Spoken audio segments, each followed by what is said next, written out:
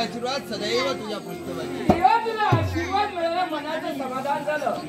पण देवा काय पाहतोय मी, आज तुझ्या चेहऱ्याचं निरीक्षण केलं असेल तर हा चेहरा मनात कोणते ना कोणते विचार वावरतात.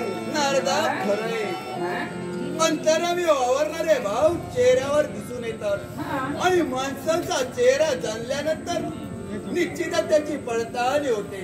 खरंय तू म्हणतोय, माझ्या अंतराने एकच विचार वावरतोय, या द्वारकेत प्रत्येकाला अहंकार झालाय आणि अहंकाराचं निर्मूलन कोणत्या रीतीनं करावं याचा शैली अंतराने वावरतोय. या द्वारकेच्या ठाई त्यावेळी माझी पाऊला पडली, जाणीलं तिथे कुणीतरी वावरतय आणि तो कोण वावरत असेल तर अहंकार, आणि अहंकारामुळे ही द्वारका केव्हा जलमय होईल हे सांगू शकत नाही. यासाठी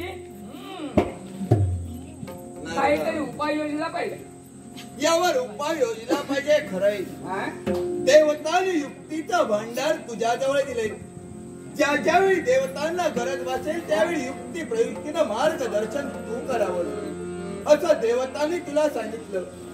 ज्यावेळी मृत्यूलोकाच्या ठिकाणी युगायोगी अवतार घेण्याची वेळ माझ्यावर आली, त्यावेळी अवतार कार्यात देवतांनी प्रत्येकानं सहाय्य करीन अशी भरवशाचा शब्द तुम्ही मला दिला. मग नारदा, आज जे संकट उभं झालंय त्याच्यावर मार्ग तू सुचवावा. देवा, यावरती मार्ग आहे, पण हा जोखमीचा मार्ग आहे. कारण हे द्वापार युग आहे आणि द्वापार युगात खरे हे कसं शक्य होणार? नारदा, हे शक्य होणार आहे. होणार आहे ना? यासाठी तुझी गरज मला आहे. त्याच्यापर्यंत जाऊन युक्ती